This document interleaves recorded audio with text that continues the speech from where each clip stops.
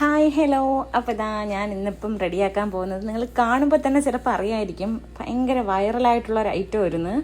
അപ്പം നമുക്ക് കുറച്ച് കണവ് കിട്ടിയിട്ടുണ്ടായിരുന്നേ, അതായത് കൂന്തൽ.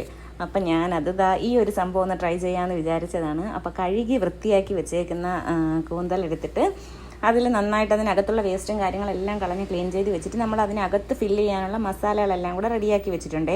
എന്നിട്ട് അതെല്ലാം കൂടെ ഇതിനകത്ത് ഫില്ല് ചെയ്ത്, അതായത് അതിനകത്തുള്ള മസാലകൾ ഒരുപാടൊന്നും ഇല്ല. നമ്മുടെ സവാള, അതുപോലെ തന്നെ കുറച്ച് തന്നെ ഇതേപോലെ കിട്ടിയ കണവ തന്നെയാണ് ഞാൻ അതിനകത്ത് പീസായിട്ട് ചേർത്തേക്കുന്നത്. പിന്നെ ഞാൻ അതിനകത്തൊരു മുട്ട പൊട്ടിച്ചൊന്ന് ഇളക്കി എടുത്തിട്ടുണ്ട്. പിന്നെ ചേർത്ത് കൊടുത്തേക്കുന്നത് മുളക് പൊടി, ഗരം മസാല, കുരുമുളക് പൊടി, അങ്ങനെയുള്ള കുറച്ച് ഐറ്റംസാണ് കേട്ടോ.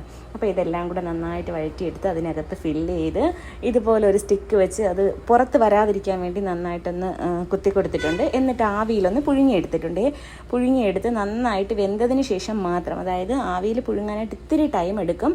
അപ്പം നന്നായിട്ട് വെന്തതിന് ശേഷം മാത്രം നമ്മൾ ഒരു മസാല തയ്യാറാക്കുക. അതായത് മുളക് പൊടി, ഉപ്പ്, ഇച്ചിരി മഞ്ഞൾപ്പൊടിയും ഇട്ടിട്ട് ഓയിലിൽ ഒന്ന് ഇതാക്കി എടുത്ത്, അതായത് നമ്മൾ മീനൊക്കെ പൊരിക്കാനായിട്ട് മസാല പുരട്ടൂലേ, അതുപോലെ പുരട്ടി എടുക്കണ്ട. പക്ഷേ അതിലോട്ട് ആ ചൂടായ എണ്ണയിലോട്ട് അത് ഇത്രയും ഇട്ട് നന്നായിട്ട് മസാല തേച്ചെടുത്തിട്ട് ഇതുപോലെ ഒന്ന് അതിലോട്ട് തട്ടി ഇളക്കിയെടുത്ത് മൊത്തത്തിൽ അതിൻ്റെ ആ ഒരു മസാല എല്ലായിടത്തും ഒന്ന് പിടിച്ച് വരണം കേട്ടോ. എന്നിട്ട് ഇതുപോലെ ഒന്ന് കോരിയെടുത്ത് നിങ്ങളൊന്ന് കഴിച്ച് നോക്കിയേ. എൻ്റെ പൊന്നോ, ഒരു രക്ഷയില്ല കേട്ടോ, സൂപ്പർ ടേസ്റ്റ്, പറയാതിരിക്കാൻ വയ്യ, അടിപൊളി ടേസ്റ്റായിരുന്നു. അപ്പോൾ ഇതൊരിക്കലെങ്കിലും ഒന്ന് ട്രൈ ചെയ്ത് നോക്കിയിട്ടുള്ളവർ എന്തായാലും ഒന്ന് കമൻറ്റ് ചെയ്യണേ.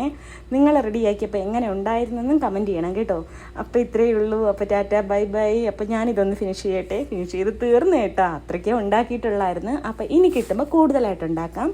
അപ്പോൾ ഇത്രയേ ഉള്ളൂ. അപ്പോൾ നമ്മുടെ ചാനൽ ആദ്യമായിട്ടാണ് കാണുന്നെങ്കിൽ ഒന്ന് ഫോളോ ചെയ്യാൻ മറക്കരുതേ. അതുപോലെ ഇൻസ്റ്റ ഫോളോ ചെയ്യാനും യൂട്യൂബ് ചാനൽ സബ്സ്ക്രൈബ് ചെയ്യാനും മറക്കരുത്. ഈ വേൾഡ് പാത്തോസ് എന്നാണ്. അപ്പോൾ ടാറ്റ, ബൈ ബൈ.